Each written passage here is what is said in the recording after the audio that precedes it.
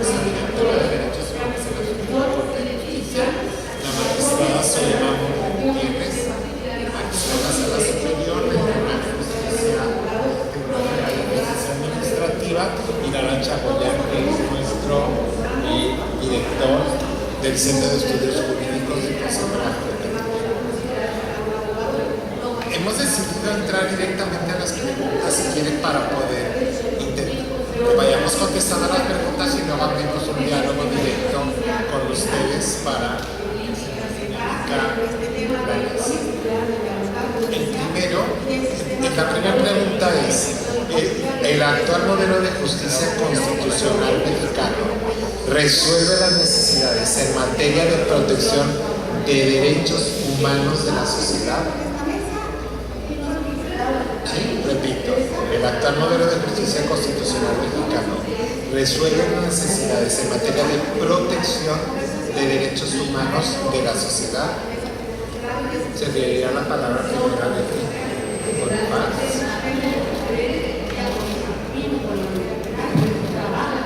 Muchas gracias. Parece que vamos a tener competencia aquí junto, pero vamos a hablar más fuerte. Bueno, yo creo que lo que ha quedado claro en los últimos meses, sobre todo en este año, les pongo el contexto. En este año, México tuvo que acudir en 2 ocasiones a Ginebra a rendir cuentas de cómo está nuestro modelo de justicia constitucional.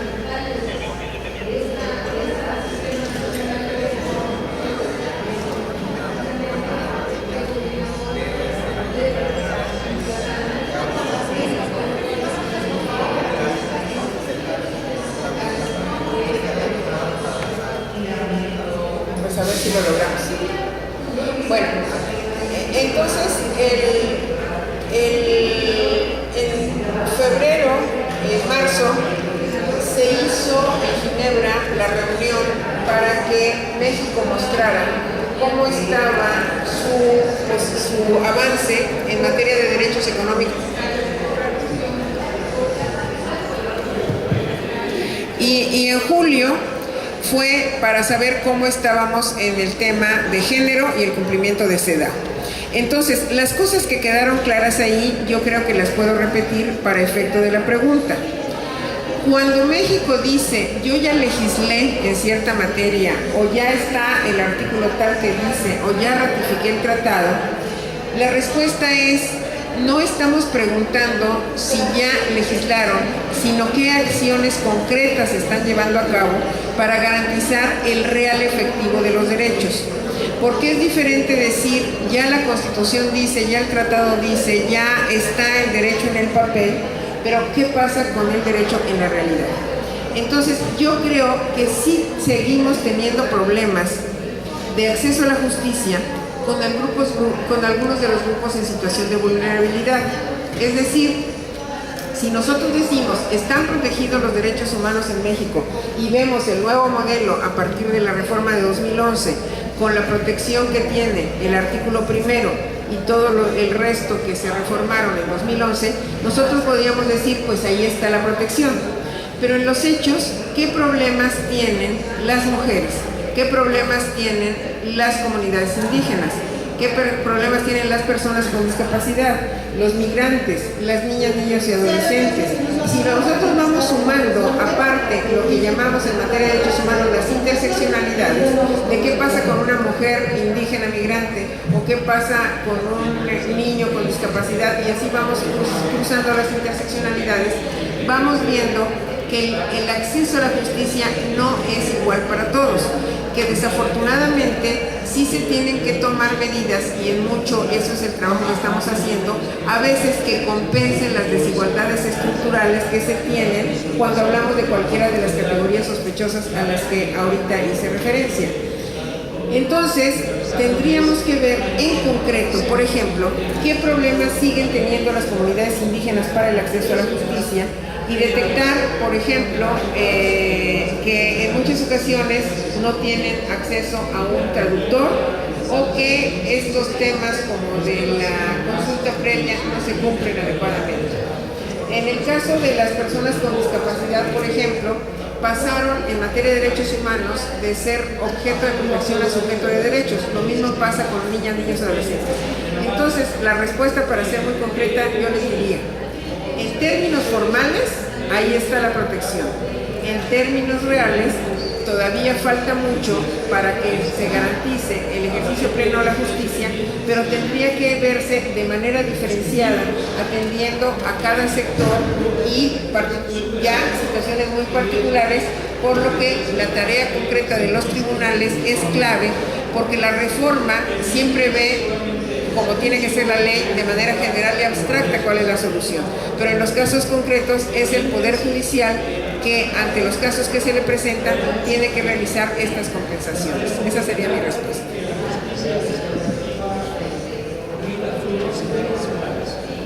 Gracias. Yo diría que, si bien hemos avanzado los órganos jurisdiccionales de limitar y dar contenido a los derechos humanos mediante la emisión de sentencias con perspectiva de derechos humanos, sentencias con perspectiva de uso, las sentencias que derivan de aquellos llamados litigios estratégicos o litigios de derecho público, que tienden a, de cierta manera, incidir, rompiendo, tocando los límites de esta diferencia judicial entre los poderes, inciden de cierta manera en las políticas públicas del Ejecutivo para materializar los derechos humanos. Lo cierto es que las sentencias de los tribunales no han logrado colmar la expectativa de justicia de la sociedad en cuanto a la provisión de bienes y servicios públicos, o dicho de otra manera, en cuanto a la provisión de bienes políticos que el Estado está obligado a garantizar y a proveer a los ciudadanos. Yo diría que en sí ningún modelo de justicia constitucional podría resolver las necesidades de protección de los derechos de las personas, porque esto implicaría pensar que las sociedades son estáticas o que éstas ya han alcanzado la satisfacción general en cuanto a los derechos. Implicaría pensar que las sociedades han logrado desarrollos iguales o desarrollos tales que ya no tenemos que mirar a otras latitudes para, en su caso, apropiarnos de otros derechos que todavía no hemos podido, digamos, apropiar o materializar en nuestro sistema.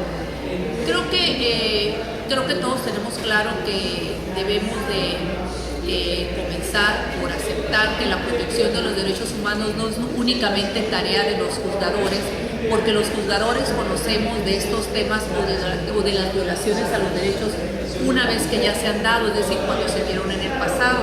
Y esto no significaría proteger en el sentido que lo establece el propio verbo o lo establece el artículo 1 constitucional. Yo creo que para aquellos ciudadanos de sociedades más progresistas o de sociedades más integradas que están o que tienen nuevas formas de salvaguardar, de tutelar o de mantener este tema de los derechos humanos, creo que las necesidades de los derechos humanos han sido rebasadas por el derecho, es decir, ya el tema formal, como ya lo ha señalado la doctora Bonifaz, definitivamente formalmente tenemos el reconocimiento de los derechos humanos establecidos en la Constitución y aquellos de fuente internacional contenidos en los tratados internacionales.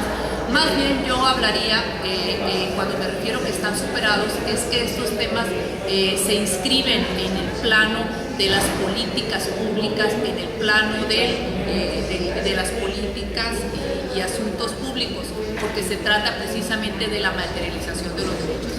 Y en ese sentido yo preguntaría mejor, ¿qué hacemos para ser efectivos o para materializar los derechos humanos en una sociedad como esta, sin perder el ánimo societario, sin perder el ánimo que nos identifica como comunidad? Y solo quiero indicar que en materia de derechos humanos hemos dedicado horas valiosas de nuestro tiempo, de nuestro pensamiento jurídico, del estudio, a pensar en sistemas de protección de los derechos humanos, pero no hemos dedicado el mismo tiempo para pensar en cómo podemos hacer, qué tenemos que hacer para hacer efectivos los derechos humanos.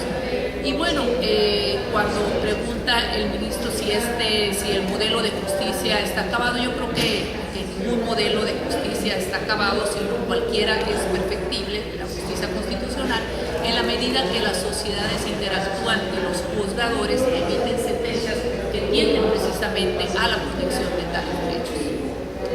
Muchas gracias. Buenos días a todos y a todas.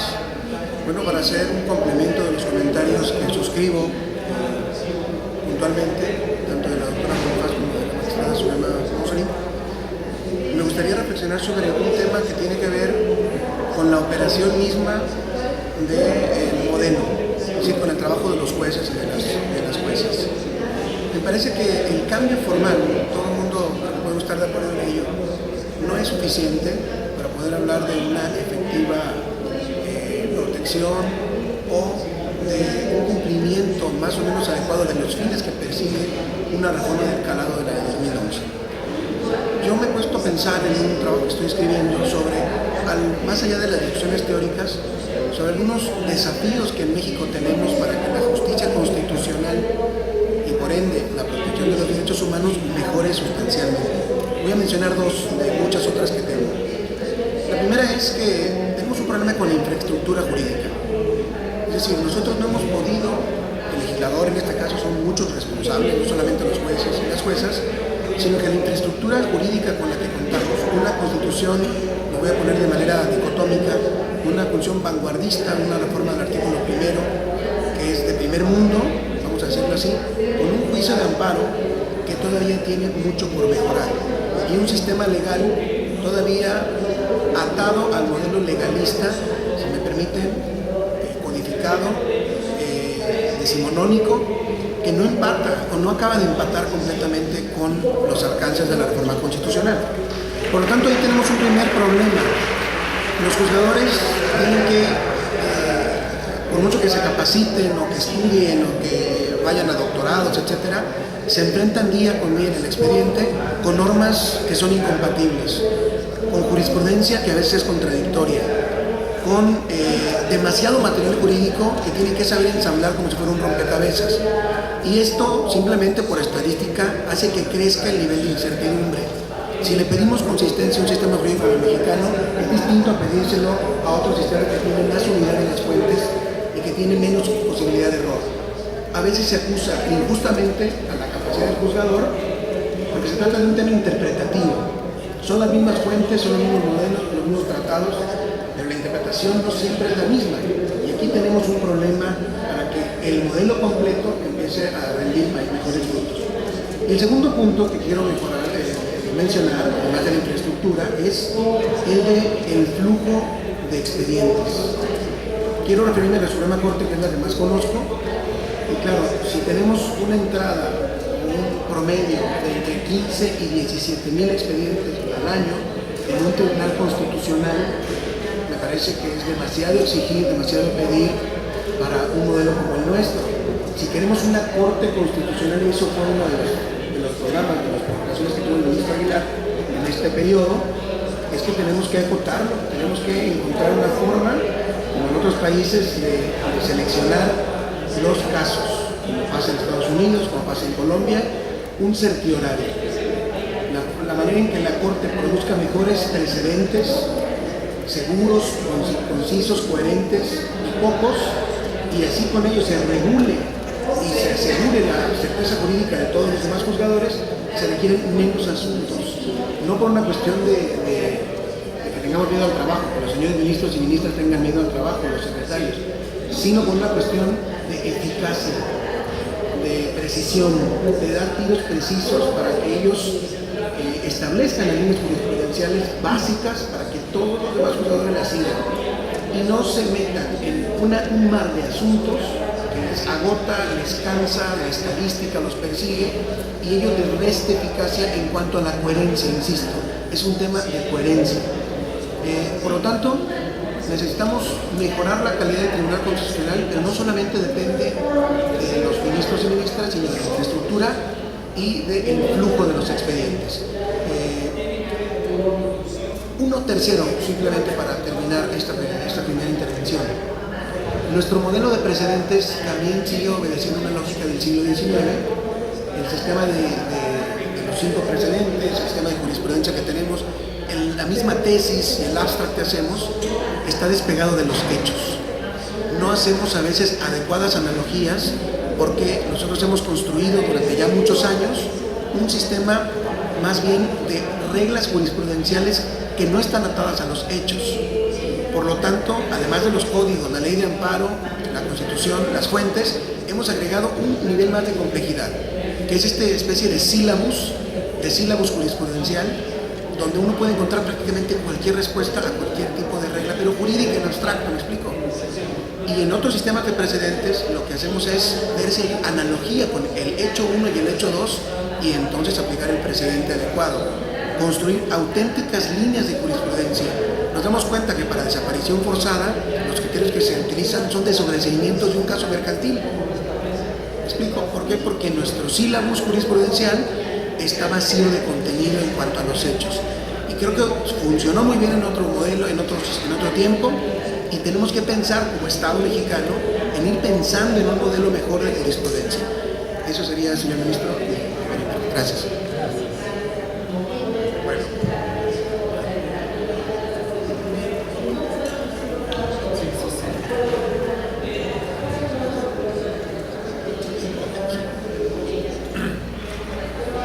Muy brevemente, y en mi aportación en esta respuesta, yo estoy de acuerdo en que me parece que en términos formales, como dijo Leti, efectivamente tenemos un muy buen sistema de protección de derechos humanos con los distintos mecanismos de protección constitucional, nada más en ese amparo.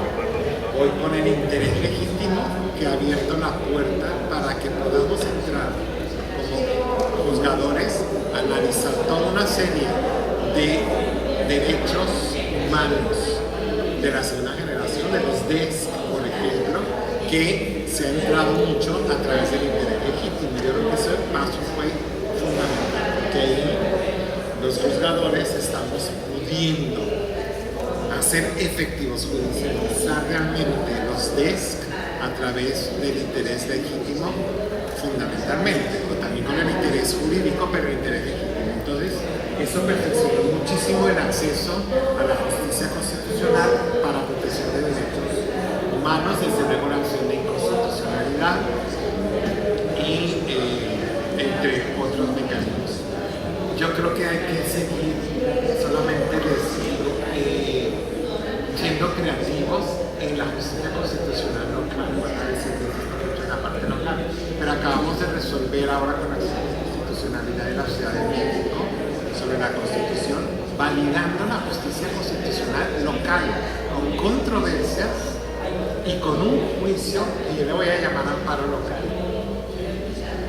que va a permitir que puedan tener en la Ciudad de México, desde luego los habitantes, hacer efectivos toda esa serie de derechos que se crearon en la Constitución de la Ciudad de México. Y nuestra sentencia, como Corte, dijimos y advertimos a las autoridades: señores, esto no es programa, ustedes crearon esos derechos y estos van a tener que tener una concreción jurídica. Desde luego, ahora el reto va a ser que va al amparo, que va a la acción federal, pero se validó y hay más de 20 estados que tienen tribunales constitucionales o salas constitucionales locales. Creo que hay también hay creatividad para que los habitantes de las distintas entidades federativas puedan tener acceso a esta justicia. Y segundo, yo creo que sí nos falta capacitación y cambiarnos el chip, que es muy difícil a los juzgadores en materia de derechos humanos, porque seguimos teniendo sentencias que llegan en amparo en revisión o en amparo directo en revisión o en amparo en revisión, donde durante toda una secuela son patentes la violación de derechos humanos. Por darles un ejemplo, pero no es un ejemplo aislado, ya tenemos 3 casos de adolescentes, niñas adolescentes, que se les ha impedido ejercer su derecho interrumpido, el embarazo, pero olvídense de que sea por la Ciudad de México, que es, digamos, por violación y malformación. tuvimos un caso que se daba en las dos situaciones. Violación flagrante de derechos humanos desde el hospital. Los médicos, la Junta, que tiene que decidir la Junta, quién decide si fue violación, si no fue violación, el MPI se hacía loco. Entonces, violación por parte del MPI, violación por la Junta Médica del hospital, desde luego del hospital, desde luego, ¿sí? Y la persona sin poder interrumpir el embarazo. Desde luego, violación del juez de distrito y desde luego del colegiado. Perdón, cuando llegó al colegiado dijo, señores, hay que sobreseer, porque ya cesaron los efectos. Por el tiempo, la niña o ya interrumpió el embarazo o ya nació. Entonces la sentencia era, pues se queda sin materia. Y entonces es donde hay que ser creativos en la aplicación del derecho, porque efectivamente, técnicamente ya no había que conceder el amparo cuando nosotros lo realizamos. ¿Qué concedes y cuáles son los efectos? Y nosotros llevamos a la consideración de que primero hacer patentes todas las relaciones de derechos humanos, pero sí buscar una responsabilidad para todas esas autoridades y desde luego lo único que pudimos hacer es que se le reconociera el carácter de víctima conforme a la ley de víctimas, que eso no es la solución. Pero lo más preocupante que era la punta del iceberg, cuando nos hacen ver las organizaciones, las ONGs, que esa es la regla cuando existe el derecho, que insisto, no habla de la interrupción permitida como el de la Ciudad de México o el Coahuila, no, por violación o porque quien le toca decir, no, pues no sabe la cantidad de violaciones y la falta de capacitación de jueces, de flagrantes. Yo creo que así todavía nos falta mucho en el momento de emitir nuestras sentencias.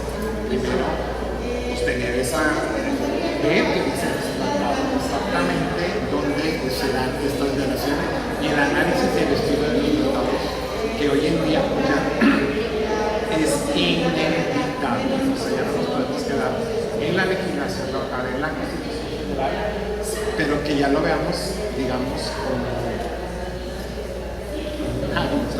cotidiano. Analizamos, les puedo dar otro ejemplo, ley general de educación especial. No tomen el texto, compañeros, este texto dice que va a fortalecer la educación especial, porque va a ser inconstitucional, se fortalecerá la educación especial, dando que sea inclusiva, ¿no? Cuando va a la convención de personas con discapacidad, resulta que la educación especial en nuestro país, o sea, no debiera de existir, no como existe, segregacionada, en salones aparte.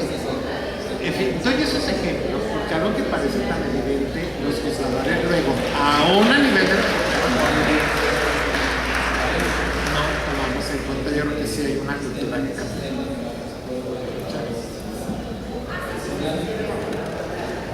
Yo quiero contestarle a Roberto. Hay dos cosas que podríamos dar pie para discusión. Coincido con Roberto en que sería muy útil el cerciorari, pero me preocupa que estás colocando como algo deseable que algún día tengamos un sistema coherente. Nunca lo vamos a tener. Yo creo que es mejor pensar en que la misma dinámica de las resoluciones judiciales te pueden ir dando coherencia, pero coherencia momentánea que se va a romper por nuevos casos. La otra cosa es que, aunque dices que el modelo de nuestros precedentes y de nuestra jurisprudencia es modelo del siglo XIX, no sé si se deban las reglas, que las reglas deban quedar atadas a los hechos, no creo. La regla que generas a partir del caso concreto te sirve como el molde para que otros hechos vayan ajustándose en cierto momento, pero yo creo que es necesario que la regla se despegue de los hechos. Yo no veo caminar juntos eternamente. Yo siento que los hechos van a ir variando y a veces el molde ya puede ser insuficiente y modificas el molde. Pero sí me preocupó que dijeras que las reglas no quedan atadas a los hechos. Yo creo que no deben quedar atadas a los hechos. Es un tema para que entremos ahorita en la discusión. Y por el otro lado, en relación a lo que decía el ministro ahora, a él le tocó ser ponente para revisar los derechos de la Ciudad de México, de los nuevos derechos en la Constitución. Yo creo que allí, en muchos de los casos, la interpretación que se hizo con sus propuestas fue una interpretación totalmente con perspectiva de derechos humanos, pero eso no garantiza que resuelto el tema en abstracto no vayamos a tener problemas en los casos concretos, porque es justamente la diferencia cuando tú trazas el modelo a nivel general y abstracto a cuando en el caso concreto aplica o no aplica. Desde mi punto de vista, cómo están redactados varios de los derechos de la nueva Constitución de la Ciudad de México te van a dar muchos problemas de aplicación, aunque por lo pronto, de acuerdo a la ponencia del ministro Lainez, se hayan quedado constitucionales. No sé si Roberto.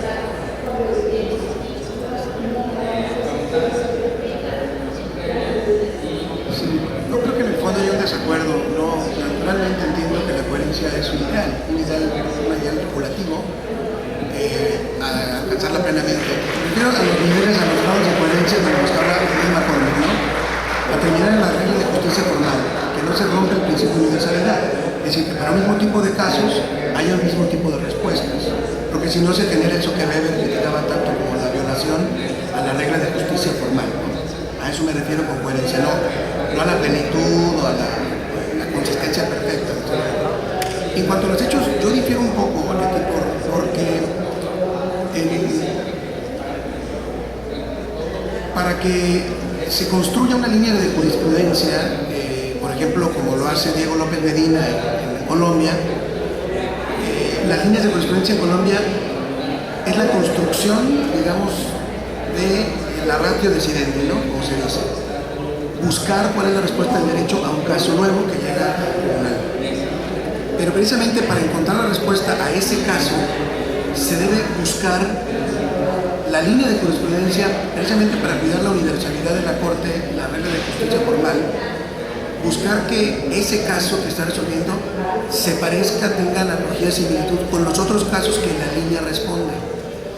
A eso me refiero. Que si yo encuentro, vamos a poner nuestros 5 precedentes clásicos del amparo, que esos 5 precedentes efectivamente fueron con variaciones en cada caso, resolviendo esencialmente el mismo conflicto jurídico y tengo uno más, pues ahí se aplica perfectamente la línea. Lo que sucede es cuando se mezclan a veces una tesis con otra tesis, se hace una especie de ensalada de criterios y se revuelven los hechos. Porque como tú lo planteas, estoy de acuerdo, absolutamente. O sea, son reglas que sirven porque se tratan de los mismos hechos más o menos, sin ser exactos, ni igual, ni idénticos. Pero más o menos responde a que el problema jurídico se está resolviendo de la misma manera. El tema es que en México, yo lo he visto en la Corte, con los compañeros secretarios y secretarias, estoy de cuenta que a veces, por simplemente justificar una decisión que se toma previamente, se arropa de cualquier tipo de regla. Y a veces las reglas que encontramos con proyectistas no obedecen a una misma familia de hechos o a una misma unidad fáctica. A eso me refiero con el tema de la... Pero sí, yo creo que a final de cuentas son reglas y tienen un grado de abstracción, si no, no serían reglas. En eso estoy de acuerdo contigo. Además de entender que luego, que es sumamente complicado, que cuando tú emites la jurisprudencia tiene los 5 casos, los hechos sean exactamente idénticos. Y entonces lo que te preguntas tú es, porque no saben los debates que tenemos para ver si sí hay contradicción de tesis o no.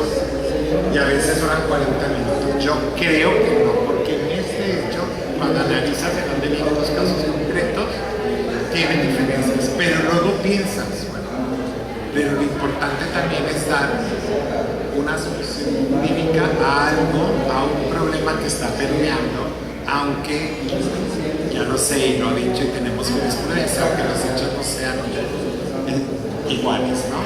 Pero yo me traje ahora para estudiar una en el avión y me vine las 2 horas y no sé si hay contradicción o no. O sea, no sé cómo voy a votar todavía. Porque pero luego dices, bueno, ¿tiene que ser tan puro o más bien es tomar una regla y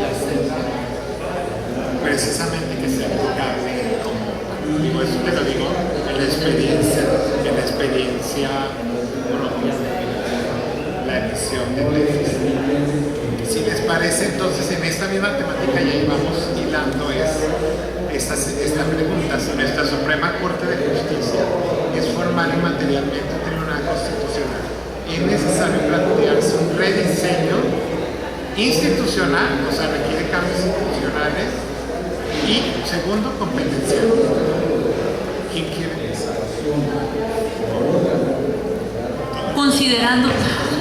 Considerando que nuestro sistema federal se basa en un sistema de frenos y contrapesos, en un sistema de distribución de competencias en los distintos órdenes de gobierno, cuando los sistemas ya no funcionan o se agotan, es necesario que evolucionen a efecto de generar nuevos contrapesos o, en su caso, rediseñar los contrapesos existentes.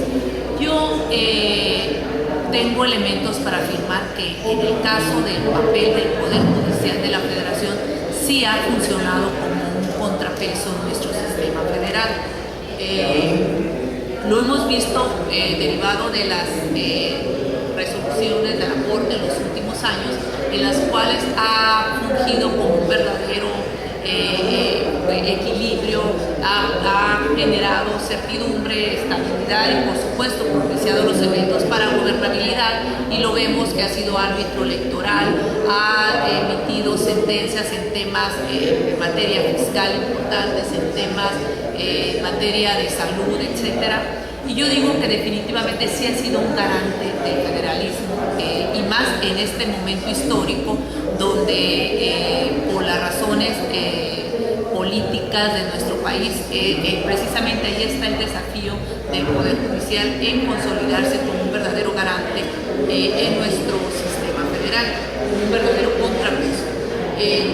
Yo diría, derivado de esto, y la pregunta si es necesario plantearse un nuevo diseño, yo considero que no, y aquí considero pertinente traer a la colación lo que dice David Runciman en How Democracy Ends, en su libro, donde dice que estamos dando por hecho que ciertas problemáticas que se dan en otras latitudes, en derechos extranjeros, son las mismas que tenemos en nuestro sistema jurídico, es decir, en otros sistemas donde se tiene que depositar en un tribunal distinto a la Corte Suprema la protección de la Constitución. Me parece que en otros países es una situación diferente, y donde este autor dice, bueno, realmente estamos viendo los mismos síntomas, y repito, son los síntomas, pero las realidades o las problemáticas son diferentes. Y el desafío consiste en entender cuáles son las razones por las cuales se enderezan críticas a nuestro Poder Judicial, al Tribunal Constitucional, y en su caso atenderlas. Y aquí preguntaría, ¿es la confianza? ¿Es la efectividad? ¿O cuál es la razón por la que alguien se propone un nuevo modelo, un rediseño institucional en esto? Me queda claro que los poderes se constituyeron desde la Constitución de 1917, que es la Constitución vigente, y yo creo que debemos hacer que esas atribuciones sean efectivas antes de admitir que fue un error en el diseño de competencias de origen, o que este sistema o modelo está agotado. Yo creo que inclusive la realidad para algunos, para muchos, ni siquiera está clara. Yo creo que no es necesario un nuevo rediseño, por supuesto, como todo, y en este momento histórico en el cual el papel del Poder Judicial sí está cuestionado, y lo vimos después de las elecciones. Claro que sí, es importante mirarse a sí mismo, la autocrítica que hace un momento se planteaba, un tema de mejora continua para realmente hacer accesible y efectiva la justicia a todos los gobernantes del país.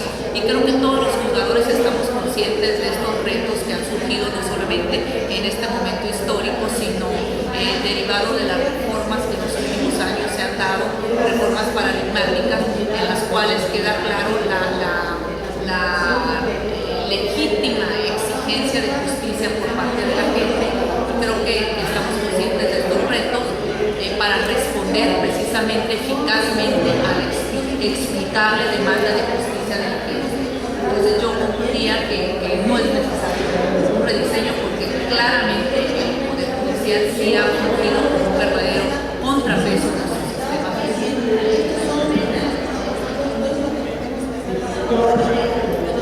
Yo creo que el punto es muy claro. Recientemente se ha hablado de posibles reformas para que exista solo un tribunal constitucional y que se quite todo el tema de legalidad. Ese es el punto en donde debemos opinar si sí o si no. Y como a todos nos consta, ha habido excesos, creo yo, de los asuntos que están llegando sobre todo a salas. Es una saturación terrible de asuntos en donde vienen sobre todo desde primera instancia revisándose cuestiones familiares, cuestiones civiles, cuestiones mercantiles y todo está llegando a la Corte prácticamente sin filtro. La pregunta es esa y es lo que decía Roberto. Trabajamos el cerciorario por un lado, pero por el otro lado yo creo que sí se tiene que ver en qué nos hemos equivocado al fijar ciertas competencias que podemos corregir. Yo creo que la materia mercantil sí tiene un problema muy específico que está haciendo que los tribunales federales civiles estén teniendo hasta temas de pagarés y casi están funcionando como terceras instancias.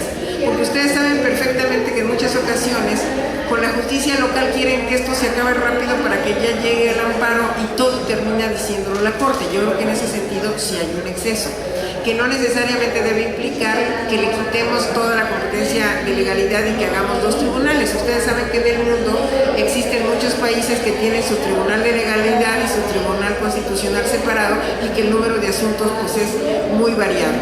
Entonces yo creo que sí tenemos que pensar en la facultad de atracción que hoy se tiene, que a veces algunos asuntos suben y otros no sabemos por qué.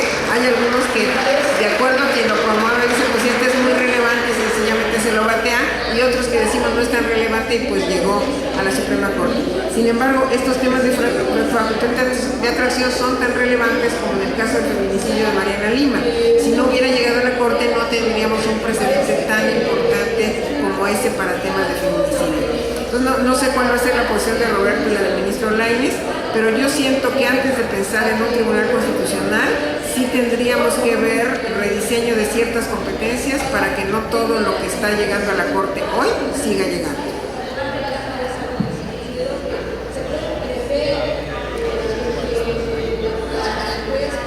Bueno, yo prácticamente comparto el opinión de Leticia. Vamos a ver. ¿Un nuevo tribunal constitucional o mejoramos este? Me parece que yo, por una cuestión de sentido común, si tenemos ya un tribunal constitucional, es mejor mejorarlo que pensar en empezar de cero otra aventura institucional en México. Por lo tanto, así formalmente, yo me quedo con el que tenemos. Pero como Leticia, yo también considero que hay muchas cosas que hay que mejorar. Hay un trabajo que yo escribí que acabo de terminar, que se llama La Tierra de Nadie, del constitucionalismo mexicano, que me gustaría compartirles. Y precisamente la crítica a la que yo me refiero ahí es lo que dijo Leticia.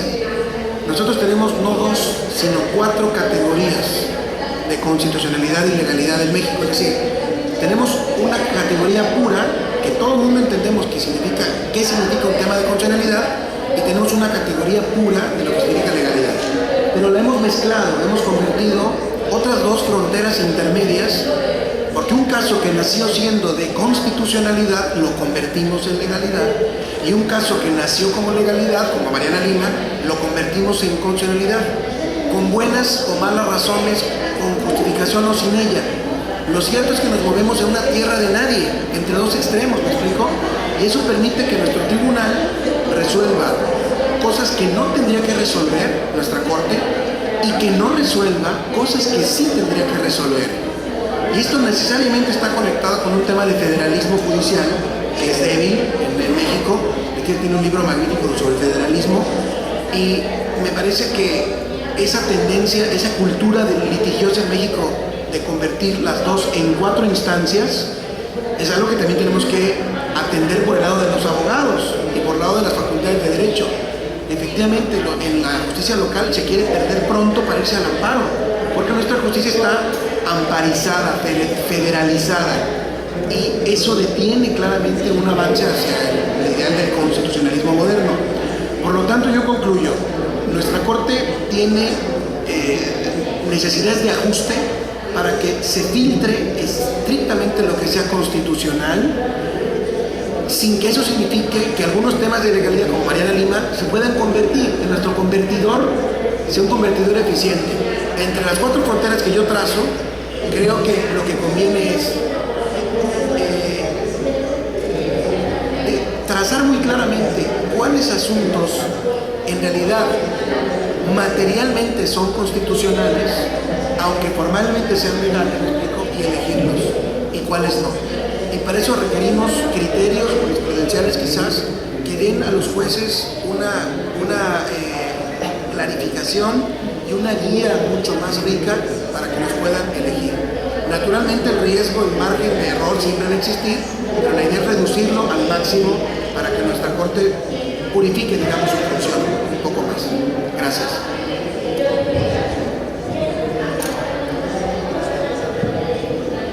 Yo podría tener conflicto de interés en esta pregunta, porque no sé si yo me voy a ir al Tribunal Constitucional. Es cierto. No, a ver. A ver, no, de veras que yo participé en la reforma de 1994 para esta Corte. Y yo estoy convencido que no se puede reinventar el país cada 25, cada 30 años, ¿sí? Entonces, si alguien decide crearlo, pues se ve constituyente permanente. Yo prendería el foco rojo, cuidado, no vayan a crear otro. En España, dije los que son expertos en derecho comparado, pero no siempre ha funcionado bien, porque tiene muchos conflictos entre el Supremo y el Tribunal Constitucional. Entonces tampoco los modelos extranjeros aportan mucho para decir que sí algo no. Pero bueno, pero sí tengo que hacer un ejercicio de autocrítica, porque estando de acuerdo que se requieren ajustes competenciales, yo creo que en una gran parte el problema es autoinfligido. Es culpa de la Suprema Corte de Justicia y está viendo también la cantidad de asuntos que ve. Y muchas veces hasta por presión del foro, porque no sé, es que cómo están desechando demasiado, es que no corresponde. Y lo digo porque ya hubo 2 reformas antes de que yo llegara a la Suprema Corte, y en una me tocó participar. Hubo 2 reformas constitucionales para crear excepcionales, para permitir a la Suprema Corte de Justicia que dejara de ver asuntos, y no lo ha hecho. Y no lo ha hecho porque no lo ha hecho. Ya tiene 2 acuerdos generales a los que remite la Constitución, además, en amparo directo de revisión, lo dice con toda claridad, es uninstancial, solo por excepción, cuando que subsiste el problema de constitucionalidad, pero no por la Constitución, pero que sea de importancia y trascendencia a juicio de la Suprema Corte. Tenemos 2 acuerdos generales, uno ya sustituyó al otro, donde dice solo cuando tengas que crear un criterio de importancia nacional, un criterio novedoso o un criterio unificador. El primer acuerdo seguía diciendo o que no haya jurisprudencia, lo cual era un problema, porque no puede ni tiene por qué haber jurisprudencia absolutamente de todo. Y a veces yo tengo esa discusión con mis colegas, es que no hay jurisprudencia. ¿Por qué quieres que haya jurisprudencia de un código tributario de Colima, digo, no porque sea Colima, de Coahuila, sobre multas fijas? Ese artículo nunca llegó. No, pero la Corte ya se pronunció de cuáles son las, claro, o sea, que la problemática de las multas fijas y por qué es inconstitucional, ¿no? Entonces, o muchas veces como se va analizando el mismo problema, y es ese punto o un asunto que ya se vio, una problemática, y ahora, es que ahora el que Pozo planteó una violación a la libertad de comercio. No, bueno, se crearon comisiones para validar, por ejemplo, la reforma fiscal o invalidar la reforma fiscal. Pero llega una... Se suspendieron todos los amparos en el país para que la Corte les... Se hicieron comisiones, se se emite jurisprudencia para que ya los colegiados y de repente llegan y se nos propone verlo porque es que ahora está planteando una violación a la libertad de trabajo. No, bueno, claro, y mañana va a ser el desarrollo de la personalidad. Entonces, mucho es una autocrítica, es culpa de nosotros, porque seguimos viendo muchas cuestiones que, o considerando menores de edad a los colegiados, un ajuste que nadie ha pensado que pudiera ser menores a los plenos de circuito, que luego no son eficientes porque nos dimos cuenta que cuando hay plenos de circuito especializado ya no puede fijar jurisprudencia el pleno de circuito, digamos general del circuito. Ah, no, porque entonces el otro es especializado. Pero yo creo que ahí hay mucho que hacer para que la Corte se consolide como Tribunal Constitucional en contradicción de tesis que debería ser entre plenos. Esa fue la idea, ¿no? Contradicción de tesis, facultad de atracción, y ahí no importa que haya una cuestión de legalidad, esa atracción, facultad de atracción y sí la revisión del amparo directo o la revisión del amparo directo, pero de verdad que cuando sea necesario fijar un criterio importante, novedoso, porque sabemos que está habiendo una problemática de índole nacional, o estas cuestiones como derechos humanos de legalidad o no. Y esa constitucionalidad la asumimos competencia, atraemos. Pero ahí sí es donde la Corte tiene que entrar y decir, aquí está ningún problema. Y todo. Entonces sí es una autocrítica que yo sí hago, que creo que no se requiere todo en revisión institucional. Sí, ajustes en la legislación y mucho que nosotros mismos dejemos de estar viendo 60 asuntos en sesión.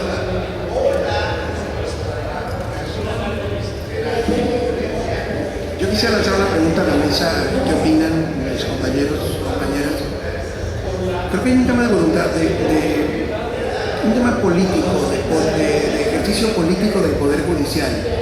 La Corte nunca ha dejado de ver en última instancia el amparo. Por eso, en lugar de ver una instancial, se hizo instancial y treinstancial respectivamente en los amparos directos e indirectos.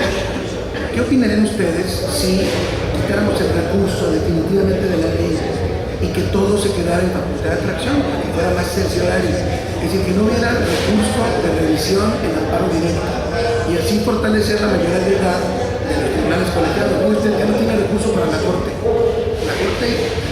La Corte va a decidir por atracción, si lo atrae o no, pero sin recurso.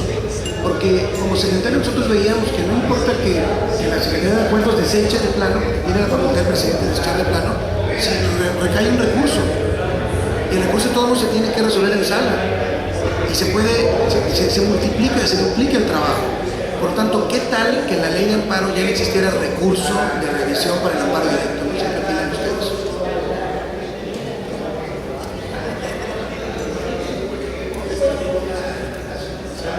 Yo lo veo, sí, muy difícil la respuesta, pero creo que ya en parte la dio el ministro Lainez cuando dijo hay que reconocerles mayoría de edad a los colegiados. En el punto de que muchas veces creemos que todo debe llegar a la Corte o creemos que todo debe llegar a la Corte y mucha de la competencia que se le ha dado a los colegiados, que pareciera en el diseño institucional que es correcta, de nuevo pasa como con los tribunales locales, tratando de que pase esa instancia para que llegue a la Corte. Entonces, yo creo que es un tema de solidez en cuanto a darles esta mayoría de edad urgente de la que hablaba el ministro.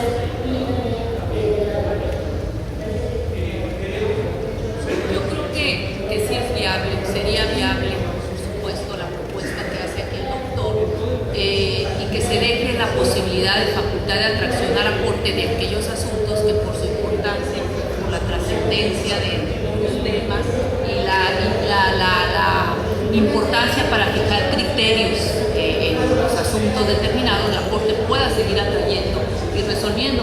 Sería una forma definitivamente en la que el trabajo trabajo jurisdiccional precisamente se consolide en la instancia de los tribunales colegiados y que la Corte, por supuesto, se dedique a definir criterios trascendentes, criterios importantes que sirvan de pauta y que sean vinculatorios para todos los tribunales del país. Creo que de esa manera sería una justicia más, la justicia constitucional llegaría precisamente a aquellos casos que realmente justifican que se mueva esa maquinaria jurisdiccional en ese nivel tan alto, que vemos que tienen muchísimos asuntos. Pues creo que sería una posibilidad para ir, ponderando qué asuntos sí vale la pena que atraiga la Suprema Corte de Justicia.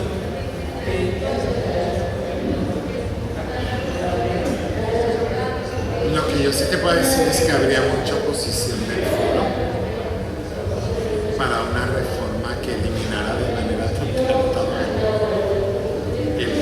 habría muchísima oposición de que se privara de esa posibilidad que digo que hoy existe, porque si la Corte dice que no.